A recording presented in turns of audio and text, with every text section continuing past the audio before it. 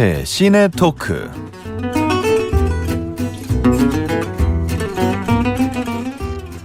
이번 주말에 뭐하지? 라고 고민되신다면 영화관을 찾아보시는 건 어떨까요? 문화시대가 볼만한 영화 추천해드립니다. 매주 금요일 이지혜 영화 저널리스트와 함께하는 영화를 만나봅니다. 시간입니다. 어서 오십시오. 네, 안녕하세요. 네. 내일 영화관 가실 겁니까? 저 내일은 안 갑니다. 아, 주말에는 전 잘 안 가는 편이에요. 어쩌다 하루 안 가는 날이 왔군요. 네, 주로 예. 평일에 많이 갑니다. 아, 그렇습니까? 네. 그럼, 하긴, 영화 기자 입장에서는 주말에까지 영화 보면 뭔가 휴식이 아니겠어요. 주말에 집에서 영화 볼 때는 많은데요. 예. 주말에는 아무래도 극장에 사람들이 많으니까 아, 잘 안 가게 돼요. 나까지 가서 피해주지 말자 네. 이건가요? 나는 평일에 보자? 네. 그럴 수 있습니다. 혹시 영화관에 갈 때 이제 표 예매할 때요. 네네. 아직은 표가 많은 상황이다. 그럼 자리를 네. 엄청 고민을 합니다. 내가 저기 나가기 쉬운 복도 쪽에 앉을 것인가, 가운데 네. 앉을 것인가, 앞쪽, 뒤쪽, 많은 생각들. 네. 제가 한 번은 표가 없어가지고 네. 맨 앞줄에 앉았다가요. 괜찮으셨나요? 목이 아파서 진짜 혼났어요. 네. 예. 어디가 명당인가요? 일단 뭐 장르별로 또 뭐 특별 상영관별로 조금씩 다른데요. 네. 그냥 평범한 2D 영화를 보신다고 하면 보통 중앙에 앉는 게 가장 뭐 무난하다라고 얘기를 하는데, 만약에 본인이 오른손잡이다 그러면 왼쪽 편에, 중앙에서 약간 왼쪽 편에 앉고, 왼손잡이다 하면 중앙에서 오른편에 앉는 게 좀 더 나을 것 같아요. 왜요? 왜냐하면 습관적으로 이제 시선이 오른손잡이 같은 경우에는 이제 왼쪽 으로 딱 움직이고, 또 왼손잡이는 반대이기 때문에 그래요? 자막 같은 걸 읽을 때 훨씬 더 시선의 피로가 덜 하다라고 해요. 그래서 좀 오. 그거를 참고하셔서 한번 봐보시는 것도, 실험해보시면 훨씬 낫네라고 느끼시면 앞으로 그렇게 예매하시면 될 것 같고요. 제가 오른손잡인데 네. 한 번 오른쪽에 앉았다가 네. 자막보다 가운데 봤다가 자막보다 가운데 맞아요. 이것도 바쁘더라고요. 그때 좀 앞이었던 것 같아요. 그래서 좀 더 불편했던 것 같고. 약간 중간에서 왼쪽쯤에 앉아보시면 훨씬 더 편하실 것 같고요. 야, 이걸 몰랐네. 네, 뭐 예를 들어서 뭐 요즘에는 아이맥스 상영도 많이 하잖아요. 네네. 아이맥스 상영관 같은 경우에는 중앙보다는 조금 앞쪽에 C에서 F열 사이에 앉는 게 가장 좋고요. 그래요? 네, 왜냐면 이 아이맥스가 화면이 크고 네. 낭비되는 면이 없이 오로지 몰입할 수 있게 만들어졌잖아요. 그래서 좀 앞쪽에 앉을수록 더 화면이 다가오기 때문에 마치 어허. 그 영화 안에 들어가 있는 그 느낌을 가장 잘 살릴 수 있을 것 같고요. 목은 안 아픈가요? 목은 약간 목이냐 영화냐 고르셔야 될 것 같긴 해요. 이것도 선택해야 됩니까? 네. 예. 근데 뒤쪽 사이드가 가장 좀 시야적으로 최악이기 때문에 아이맥스의 경우에는 뒤쪽 사이드만 좀 피하시면 될 것 같고요. 음악 영화 같은 경우에는 뒤에서 3분의 1 지점의 좌석이 가장 좋다라고 해요. 그건 소리 때문인가요? 네, 왜냐면 음향 담당자들이 영화 체크할 때 그 자리에서 체크를 한다고 해요. 아, 그래요? 네, 그래서 음향에 좀 민감하신 분들은 그쪽에 앉아서 보시면 훨씬 더 풍부하게 즐기실 수 있을 것 같고요. 네. 근데 가장 중요한 거는, 제 개인적인 취향은 저는 통로 쪽입니다. 통로. 네. 빨리 탈출할 수 있게. 예. 왜냐하면 주변에 좀 사람이 너무 이렇게 빽빽하게 앉아있으면 저는 좀 몰입이 오히려 더 안 되기도 하고, 오히려 또 그 사람들의 반응이 저한테 너무 좀 가까이 오기도 하더라고요. 그래서 제 개인적인 취향은 그렇습니다. 네. 아니, 기자님처럼 날씬한 분들은 사실 그런 고민 없지 않나요? 저는 사실 그 고민을 되게 많이 합니다. KTX를 탈 때, 기차를 탈 때도 네. 옆에 누가 계시면 죄송해서. 아. 죄송하잖아요. 네. 지하철에 앉을 때도 옆에 누가 이렇게 좀, 네. 남자들끼리 한 3명 앉아있으면 네. 서로 되게 죄송해 합니다. 약간 좀 부딪히거나 이런 것 때문에. 한 명은 뒤로 기대앉고 한 명은 앞으로 기대앉고 이제 좀 그렇게 해서 어깨를 지그재그로 해야지 이게 좀 불편하거든요. 근데 네. 요즘에는 뭐 의자 좌석들이 극장에서 워낙 좋게 나오기 때문에 좀 괜찮지 않나요? 그러니까 이재 기자님 괜찮을 거예요. 저는 네, 아직도 조심합니다. 네. 좋습니다. 이제 자리 얘기는 여기까지 하고요.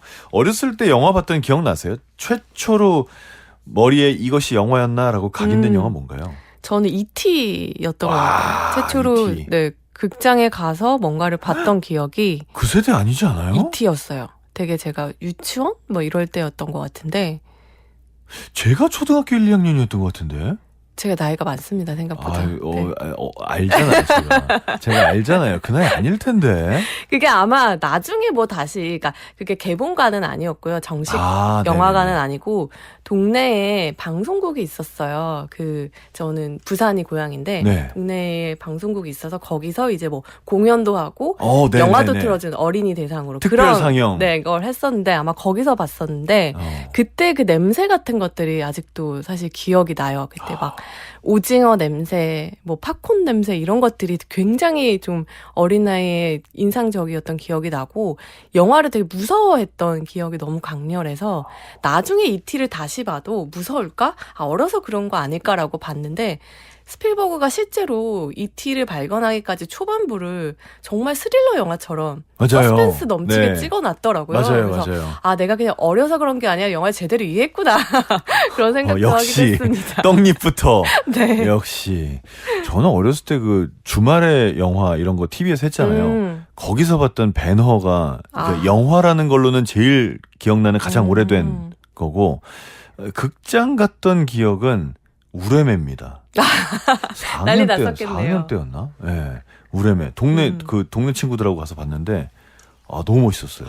그때 우레메 뭐 영구와 땡칠이 그럼요. 강시 영화들은 정말 어린이들이 막 단체로 가서 봤었죠. 강시 쪽은 별로 안 좋아했는데 네. 그때 제가 자양동 살았거든요.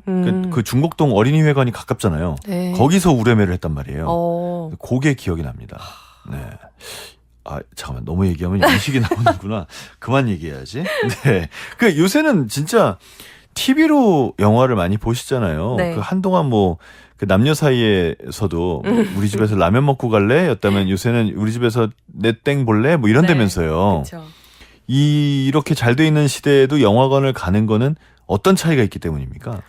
영화를 가장 온전히 즐길 수 있는 방법인 거죠. 아무리 스트리밍 플랫폼에서 좋은 영화들을 많이 볼 수 있다고 하지만 이 영화를 만든 창작자가 설계한 대로 그 영화의 시간을 온전히 내가 느낄 수 있는 건 극장밖에 없거든요. 언제든지 멈출 수 있고 언제든지 딴짓을 할 수 있는 환경에서 우리 현대인들은 집중력을 도둑 맞았기 때문에 그 영화를 온전히 즐길 수 있는 능력치가 좀 안 된다라고 저는 보거든요. 그 중에 한 명이 또 저이기도 하고 그러니까 극장에 나를 온전히 두고 영화를 즐겨 보시는 게 저는 좀 스스로 멈출 수 없게 하는 이 제약이 오히려 영화를 더 즐길 수 있게 하는 방법이 아닌가 싶어요. 누가 그러더라고요. 집에서 보는 거의 장점은 핸드폰을 볼 수 있다. 영화관에 가는 거의 장점은 핸드폰을 안 봐도 된다. 너무 마음이 아파요. 그 네. 부분이. 영화관에 갈 때만큼은 좀 핸드폰을 보지 않으시는 게 다른 극장 관객분들을 위해서도 매너이고 그 2시간 반 동안의 시간에서 나를 현실과 격리시킬 수 있는 가장 빠르고 손쉬운 방법인데 계속 현실의 끈에 붙잡고 계시는 게 저 너무 안타깝더라고요. 네. 5259님이 저는 요번 10년 만에 재개봉한 위플래시 봤어요. 용산에서 한번 보고 사운드에 최적화된 여의도에서 한 번 더 봤어요. 역시 최고. 저는 복도 쪽은 잘 안 앉아요. 계단, 바닥, 유도등 불빛이 눈에 거슬러요. 이게 거슬릴 수도 있군요. 맞아요. 그러기도 해요. 그래서 거기다가 이제 가방 같은 거 두고 보시는 분들도 많으세요. 네. 그렇군요. 0854님, 저는 비상구 근처에 앉아요. 중간에 화장실 갈 때를 대비해서요. 화장실을 자주 가는 분들이 있죠. 그런 네. 분들은 또 이게 편하실 것 같습니다. 자, 우리 이제 영화의 전반적인 얘기는 여기까지 하고 영화 오늘은 뭘 준비해 오셨습니까? 네, 오늘은 3월 19일에 개봉한 블랙백이라는 영화인데요. 네네. 첩보 스릴러물이고요. 블랙백. 말 그대로 검은 가방이라는 뜻이죠. 네. 이게 이 영화 속에서 첩보원들 사이에서 쓰이는 은어인데요. 어떤 기밀사항을 뜻하는 그런 말입니다. 기밀사항. 네. 그렇군요. 어떤 줄거리입니까? 저는 사실 이 스파이물 되게 좋아하거든요. 뭐 미션 임파서블도 그렇고 007도 007도 진짜 옛날 거부터 다 봤기 때문에 네. 정말 좋아하는데 어떤 내용인가요? 이거? 그러면 이 영화도 좋아하실 거예요. 그래요? 이 영화의 각본가인 데이비드 코앱이 미션 임파서블 각본도 썼거든요. 아이고. 그러니까 첩보물에는 일종의 전문가라고 할 수 있는데 내용은 영국이 배경이고요. 영국의 국가 사이버 보안센터의 베테랑 요원 부부가 주인공이에요. 조지 조지와 캐슬린인데 이들은 정말 완벽한 부부예요. 이 조직에서도 실세이고 일도 잘하고 또 부부 금술까지 좋기로 소문난 그런 사내 커플이에요. 근데 이 조지에게 어느 날 임무가 떨어져요. 조지는 심리전에 능한 대가인데요. 네. 이 조직 내부에 첩자로 의심되는 5명의 후보가 있다. 이 중에서 직접 다 만나서 테스트를 해보고 진짜 첩자를 찾아내라 라는 임무를 받아요. 그런데 운명의 장난처럼 이 후보 중에 아내가 들어가 있는 거예요. 당연하죠. 네, 아내 캐슬린이 포함되어 있어서 조지가 첩자들을 가려내는 와중에 아내도 의심해야 되는 그런 상황에 몰리게 됩니다. 그게 아니면 영화가 안 되죠. 그러면 약간 미스터 앤 미세스 스미스 같은 걸 네. 생각하면 되나요? 부부간에 사랑도 하지만 뭔가 텐션이 가득한? 네, 그쵸. 그런 것도 있지만 네. 또 한 가지 더 미션이 있어요. 이 첩자를 찾아내는 과정에서 정보국이 비밀스럽게 개발한 무기인 세버러스가 있는데 이걸 또 조직 밖으로 배출해내는 그 첩자를 찾아야 되거든요. 그러니까 아내가 그 첩자인지도 찾아야 되고 세버러스도 회수해야 되고 여러 가지 미션이 있는 와중에서 우리가 보통 첩보물 생각하면 미션 임파서블 시리즈처럼 톰 크루즈의 정말 몸을 날리는 액션 씬을 생각하게 되잖아요. 오토바이 타고 절벽에서 뛰어내려 주셔야죠. 근데 이 영화는 네. 그렇지는 않아요. 아, 그래요? 몸보다는 말로 이제 범인을 찾아내는 그런 수사를 하거든요.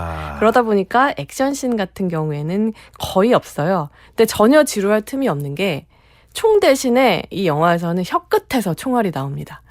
말로 사람을 잡아요. 아, 그렇습니까? 혐우공입니까? 혐우공. 네, 그래서 치밀한 심리전을 돋보이게 하는데 그 심리전의 재료가 말인 거죠. 조지가 몇 가지 질문들로 사람들을 흔들어 놔요. 예를 들면 저녁 식사 자리에 이제 그 후보들을 초대하거든요. 첩자 후보들을. 근데 다 자신의 이제 부하 직원들인 거죠. 그래서 초대해서 뭐 질문을 던지고 하는데 이야기들이 다 뭐 연애나 잠자리, 트라우마, 가족사 같이 그냥 쉽게 꺼내기 민감한 그런 이야기들을 이제 화두에 올려놓고 거기에 어떻게 반응하는지를 보면서 첩자인지 아닌지 가려내거든요. 근데 재밌는 게 이 요원들이 정말 멋있는 스파이들이잖아요. 네. 근데 이 영화 안에서는 마치 직장인들처럼 묘사가 돼요. 가장 많이 나오는 공간이 사무실이고 네. 또 이들이 영화 초반에 조지가 그 심리전을 펼치기 위해서 첩자로 의심되는 직원들을 이제 자신의 집에 식사 자리에 초대를 하거든요. 근데 금요일 저녁에 퇴근했는데 상사가 자기 집에 밥 먹으러 오라 그러면 너무 싫잖아요. 네. 그러니까 이 젊은 직원들이 자기끼리 먼저 미리 모여요. 그래서 이제 막 상사 뒷담화도 하고 왜 부르는 거냐 너무 짜증난다 이러다가도 뭐 꼰대다 뭐. 네. 네. 이제 그 집에 가서는 또 상사에게 잘해야죠. 잘 보여야 되니까 잘해야죠. 승진해야 되니까 예. 또 그런 또 직장인의 애환도 담겨져 있거든요. 그래서 좀 보시는 분들이 첩보물이지만 왠지 저들의 그 직장인의 애환이 좀 공감이 되시기도 할 것 같고 무엇보다도 이들의 여상하게 지나가는 대화들 그런 것에서 이 영화에서 범인의 정체를 찾을 수 있는 단서들이 굉장히 꼼꼼하게 뿌려지거든요. 그래서 영화를 보실 때 감독과의 어떤 두뇌 싸움, 범인이 누굴까? 반전은 어떤 걸까? 이런 걸 즐기시는 분들은 대화 하나하나, 질문 하나하나를 꼼꼼히 살펴보시면 나중에 또 완벽하게 회수가 되거든요. 머리 아프겠는데? 그게 머리 아프신 분들도 있지만 거기서 또 재미를 찾으시는 분들이 있어서 그런 재미를 찾으시는 분들에게는 정말 완벽한 재미가 될 것 같아요. 저희 소위 업계말로 떡밥 회수가 잘 됩니까? 아주 잘 됩니다. 아, 그래요? 네. 그럼 저 이지혜 기자님은 네. 맞췄어요, 범인? 아니요, 못 맞췄어요. 못 맞췄어요? 틀렸어요? 못 맞췄어요. 누굴까? 왜냐면 굉장히 빠른 속도로 영화가 네, 진행이 되거든요. 네. 그래서 처음에는 이제 팔짱을 끼고 그래, 어디 내가 한번, 한번 맞춰볼게. 이렇게 여유롭게 보다가 네. 완전히 빠르게 이 영화가 진행되고 정말 숨 쉴 틈 없이 꼼꼼하게 설계되어 있다 보니까 어느 순간부터는 그냥 거기에 제 몸을 맡기게 되더라고요. 그래서 이 감독의 솜씨에 그냥 한마디로 노란하게 된 거죠. 이야, 이거 어떤 건지 궁금한데 설마 네. 우리 저 조지 말고 와이프 누구죠? 네. 캐슬린. 캐슬린도 상사한테 똑같은 지시 받은 거 아니에요? 그건 아닙니다. 첩자를 밝혀내라. 그렇진 네 않습니다. 남편 포함해서. 그렇진 않습니다. 그래요? 네. 아, 이거 굉장히 궁금한데. 네. 7829님. 안녕하세요. 저는 주말에 가족들이랑 지난주에 추천해주신 콘클라베 봤어요. 오. 몰입감이 아주 음악이랑 찰떡같이 좋더라고요. 오늘도 좋은 영화 기대할게요. 라고 하셨습니다. 그래요. 이렇게 다녀오신 분들이 좋다고 해주시니까 더 감사하네요. 네. 그럼 일단 이 부부는 서로 사랑하긴 하는 거죠? 그럼요. 근데 의심해야 되고. 네. 이거 굉장히 그런 어떤 내적 갈등도 많이 나오겠어요. 네. 이 영화에서 가장 중요한 게 결혼 생활이에요. 이 부부의 이야기다 보니까 결혼 상황이 굉장히 중요하게 등장하고, 이 데이비드 코앱이 이제 이 시나리오를 쓸 때 미션 임파서블도 그렇고 정보 요원들을 굉장히 많이 만나서 인터뷰를 했대요. 근데 그 중에서 인상적으로 들었던 이야기 중에 하나가 직업 특성상에 누군가 연애를 지속하는 것이 불가능하다라는 토로를 많이 들었다라고 해요. 이제 거기서 착안한 영화가 바로 이 블랙백인 거죠. 그래서 영화 안에서 그 블랙백이 은어처럼 제가 쓰인다고 했잖아요. 그러니까 부부들이 이제 회사를 다니다 보면 출장도 가고 그러는데, 그럼 이번 출장은 어디로 가? 이러면 블랙백. 그건 블랙백이야. 그러니까 이런 식으로 자신이 대답하고 싶지 않은 것들을 다 회피할 수 있는 맞는 키가 되거든요. 그러네요. 그게 진짜가 아니더라도. 네. 그러면 서로 잘 알고 있지만 그것 때문에 이제 더 이상 서로를 신뢰할 수 없는 상황이 오기도 하잖아요. 근데 부부 사이에 신뢰할 수 없다라는 건 그 결혼 생활을 유지할 수 없는 가장 큰 요인이 되는데, 중요하죠. 재밌는 건 또 이 직장에서 워낙 유명한 사내 커플이다 보니까 요원들이 그런 걸 늘 물어봐요. 아니, 어떻게 이렇게 완벽한 결혼 생활을 유지할 수 있느냐. 왜냐면 요원들은 연애하기도 쉽지 않은 그런 직업 특성을 가지고 있잖아요. 그럴 때마다 이제 그 부부는 뭐 그냥 사랑하고 같이 살면 된다 이렇게 얘기하지만, 이 조지와 캐슬린 커플을 보고 있으면 의심이 분명히 있어요, 서로 대한. 근데 그 의심보다 믿음이 아주 조금 더 커요. 그러니까 우리가 흔히 의심과 믿음은 반대라고 생각을 하는데, 그게 아니라 그게 계속 각축을 벌이면서 공존할 수 있다라는 것을 이 두 커플을 통해서 보여주고 있죠. 그래서 어떻게 보면 좀 이 영화 자체가 스파이라는 존재가 약간 결혼 생활의 메타포처럼 느껴지는 경우도 있어요. 그렇군요. 굉장히 그 상황이 궁금해지기도 하고, 나라면 어떨까 싶기도 하고, 그렇습니다. 자, 그럼 잠시 음악 듣고 계속 얘기 이어가겠습니다. 이 영화 어떤 느낌일지 궁금하시죠? 오리지널 사운드 트랙을 들어보시죠. 피싱 더하기 블랙백. 영화 블랙백 오리지널 사운드 트랙 가운데 피싱과 블랙백 이어서 감상하셨습니다. 자, 오늘 이지의 시네토크 첫 번째 영화로 우아한 첩보 스릴러물 블랙백 이야기를 나누고 있습니다. 이 감독이 진짜 어마어마한 사람이잖아요. 네. 최연소 황금 종려상. 네. 스티븐 소더버그 감독인데, 네. 26살에 이것도 심지어 첫 번째 장편 영화로 네. 처음 칸 영화제 경쟁 부문에 진출해서 역대 최연소 황금 종려상을 수상을 했는데요.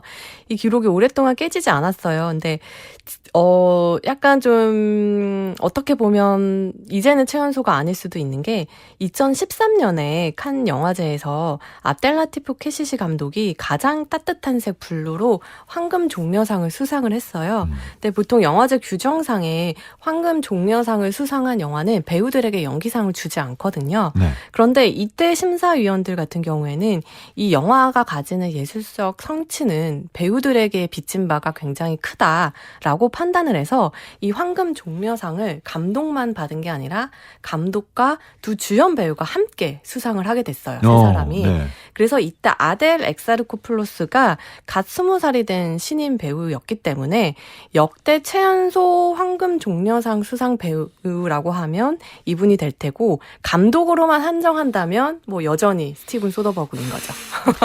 감독으로만 한정해야죠. 네. 26살에. 네. 와, 난 26살에 뭐 했냐. 제대했던 것 같은데. 큰일 하셨네요. 큰일을 했는데 사람이 제대하고 나면 다 한량이거든요. 당분간 이 정신이 안 돌아와요. 저는 그런 시기를 보냈었습니다. 네. 26살에. 그런 감독이 만들었기 때문에 굉장히 이제 사람들이 이 어떤 그 영화의 쫀득쫀득함에 대해서 기대를 할 것 같고요. 네. 또 배우들의 연기도 마찬가지예요. 이제 케이트 블란쳇 같은 경우에 네. 이 분을 보러 가는 사람들도 있지 않습니까? 네. 그 케이트 블란쳇 같은 경우에는 이미 소더버그 감독하고 굿 점원에서 한 차례 호흡을 맡은 바가 있어요. 그리고 소더버그 감독 같은 경우에는 방금 쫀득쫀득한 영화라고 하셨는데 이 감독의 연출 세계를 완전 관통하는 말이거든요. 쫀득쫀득. 네, 왜냐면 뭐 에렌 브로코비치나 오션스 시리즈, 매직 마이크처럼 여러 인물들이 나오거나 아니면 한 인물이 고난을 극복을 하는데 그 과정에서 전개가 늘어지지 않고 상업적인 감각을 유지하는 정말 몇 안 되는 탑클래스 감독 중에 한 명이거든요. 오션스도 이분입니까? 네, 그러니까 오션스 시리즈를 생각해 보면 각기 다른 능력을 가진 인물들이 모여서 만들어내는 화학작용이라는 게 굉장하잖아요. 이 블랙백에서도 그 다른 5명의 요원과 이 부부 여러 캐릭터가 나오는데도 이들의 화학작용 덕분에 영화가 굉장히 쫀득쫀득하게 유지되고 이 케이트 블란쳇은 그 부분을 잘 알고 있어서 네. 이 캐스팅 제의를 받았을 때 시나리오 읽지도 않고 캐스팅을 수락했다고 해요. 오, 네. 네, 유일한 질문이 내가 연기할 역할이 뭐냐 이것밖에 없었다고 해요. 그만큼 이 소더버그 감독의 연출력에 대한 신임이 있었어요. 아, 그 말씀은 이 5명의 직원 중에도 여성들이 있군요. 아, 그렇죠. 네, 그래서 나 저거냐 와이프냐 물어본 거군요. 오케이, 하나 알았어. 네. 또 이 연기한 키슬린이라는 인물이 굉장히 의문스러운 인물이에요. 남편한테도 감정을 잘 드러내지 않고 이 조직의 정보 담당자답게 자신이 모든 상황을 컨트롤할 수 있다고 믿는 인물이거든요. 그래서 어떻게 보면 한 면만 드러나면 안 되고 하나의 행동을 해도 여러 가지로 해석될 수 있는 여지를 둬서 연기를 해야 되는데 케이트 블란쳇이 아주 탁월하게 해냅니다. 아, 진짜 궁금하네. 아, 지금 이게 제 스타일이라 그런가요? 엄청 궁금하네요. 그리고 네. 또 저는 대화를 좋아하니까 어떤 말들을 서로 주고받는지, 네. 어떤 말이 진심이고 어떤 말이 포장이고 어떤 말이 거짓이고 이런 게 너무너무 궁금합니다. 그거를 간파해 내시면서 영화 보시면 훨씬 더 재밌을 것 같아요. 그러니까요. 네. 자, 그럼 블랙백에서 뽑아낸 키워드로 두 번째 영화를 추천해 주실 차례입니다. 어떤 키워드입니까? 네. 역시 부부와 스파이라는 키워드인데요. 네. 제가 이번에 소개시켜드릴 작품은 이제 넷땡에서 공개되었던 시리즈인데요. 블랙 도브라는 첩보 시리즈예요. 네. 총 6편이 공개가 되었고요. 그래서 뭐 부담 없이 보실 수 있고 공개되자마자 워낙 반응이 좋아서 시즌2 제작이 이미 확정된 작품이니까 이 다음에 또 떡밥이 회수되지 않은 채 시리즈가 끝나는 게 아니냐 하는 불안감도 없어요. 일단 내용은 이 키라 나이틀리가 연기한 헬렌이 주인공인데요. 헬렌은 이제 영국의 스파이 단체 블랙 도브라는 곳에서 일을 하고 있어요. 네. 근데 이 단체는 국가기관이 아니고 가장 높은 돈을 주는 입찰자에게 정보를 파는 그런 사기업인데요. 여기에서 이제 헬렌이 맡은 임무는 정치인 남편과 결혼해서 고급 정보 기밀들을 이제 빼내는 역할이에요. 근데 워낙 헬렌이 일을 잘하고 능력이 뛰어나고 또 어쩌다 보니까 이 정치인 남편의 내조를 너무 잘해서 이 남편이 그냥 평범한 정치인이었는데 차기 총리 후보로까지 거론되는 상황이 돼버려요. 네. 일을 너무 잘해버린 거죠. 네. 결혼 생활도 너무 행복하게 잘 유지하고 또 쌍둥이 딸까지 낳아서 너무너무 단란한 가정을 꾸렸어요. 그러면서 이제 문제가 생기는 거예요. 헬렌이 진심으로 아이들을 사랑하고 또 헬렌이 얼마나 능력자인가 하면 이렇게 결혼 생활을 유지하는 와중에도 진정한 사랑을 찾아서 애인까지 두게 돼요. 아, 그걸 능력자라고 표현하십니까? 정말 부지런한 사람인 거죠. 그 와중에 헬렌의 이 숨겨진 연인이 살해가 되면서 헬렌이 연인의 범인을 찾으려고 자신의 스파이적인 능력을 발휘하게 됩니다. 그건 또 몰래 해야겠네요. 네, 그러면서 이제 여러 가지 사건이 연쇄적으로 터지게 되는 거죠. 참 예전에는 스파이라고 하면 다 남자였는데 이제는 스파이, 여자 스파이도 많이 나오네요, 주인공으로. 네.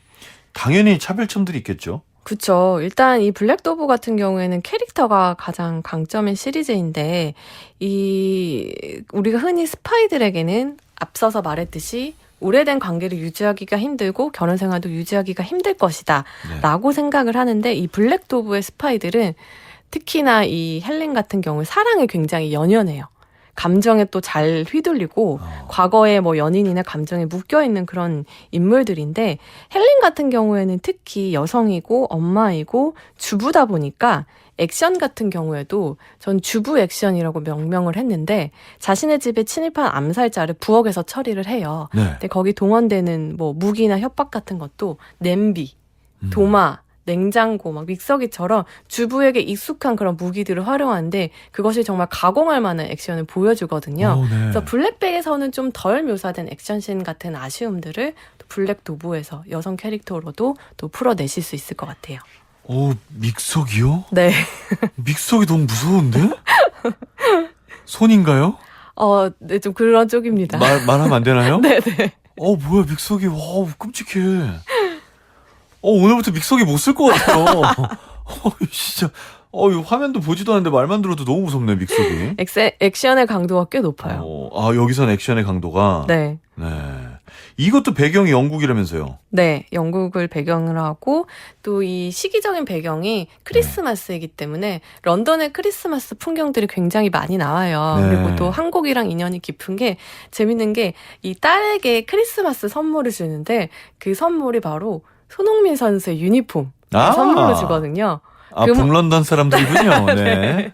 그만큼 손흥민 선수 유력이 대단하구나라는 걸 또 한번 느꼈습니다. 진짜 이런 인기 시리즈에 나올 정도의 네. 인물이 됐군요. 그렇죠.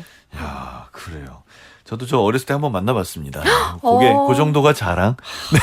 큰 자랑이네요. 원래 연락하고 사는 사이는 아니니까. 네. 일단, 블랙백도 그렇고, 블랙도브도 그렇고, 주연 여배우가 굉장히 유명한 분들이에요. 네네. 케이트 블란쳇도 그렇고, 키이라 나이틀리도 그렇고. 연기는 뭐 말할 것도 없겠죠. 그쵸. 특히 블랙도브의 키이라 나이틀리는 이 시리즈 전체의 분위기와 느낌을 좌우하는 그런 캐릭터이다 보니까 시선이 더 많이 쏠리는데 우리가 키이라 나이틀리 하면 영국의 얼굴, 영국의 연인이잖아요. 그 특유의 발음도 있고 근데 그녀에게서 어떤 힘 있는 액션 이런 것들을 기대하기에는 조금 어렵잖아. 워낙 가냘프고 지적인 역할들을 많이 했기 때문에 그런데 이번에는 블랙도브에서만큼은 굉장히 달라요. 워낙 감정 연기는 뛰어나지만 이 키이라 나이틀리 배우가 가지고 있는 이미지가 어떤 위력을 지닌 업계 최고의 스파이다 라고 이렇게 보이지는 않잖아요. 겉모습이. 그러다 보니까 이 헬렌이라는 인물을 설명하는데 굉장히 탁월해요. 늘 자신의 능력을 감추고 정체를 감추고 하지만 그 뒤에 엄청난 위력을 가지고 있는 여성을 연기하기에 아주 저격인 캐스팅이었던 거죠. 안 그래 보이기 때문에 더 그렇군요. 네. 지금 저희 오픈 채팅방에서 주방 도구 중에 무기로 쓸 거 찾고 있어요, 사람들이. 그만하세요. 그만하세요. 내용에 좀 다시 돌아와 주세요. 예. 알겠습니다. 콘클럽에도 그렇고 오늘 영화들도 그렇고 이재 기자님 성향이 좀 이렇게 뭔가 좀 뭔가 진실이 좀 가려져 있는 그걸 찾기 위해서 쫀득쫀득한 뭔가가 펼쳐지는 이런 거 좋아하십니까? 맞습니다. 유주얼 서스펙트. 그런 거 너무 좋아합니다. 진짜로요? 네. 그런 성향이군요. 네, 여러분 앞으로도 그렇게 펼쳐질 것 같습니다. 자, 한석준의 문화시대 이지혜의 시네토크. 오늘은 우아하면서도 강렬한 두 편의 첩보물. 스티븐 소더버그 감독의 블랙백 그리고 해리 먼데이 감독의 블랙도브 두 작품 소개해드렸습니다. 다음 주에는 또 어떤 영화 소개해 주실지 기대하겠습니다. 오늘 말씀 감사합니다. 네, 감사합니다.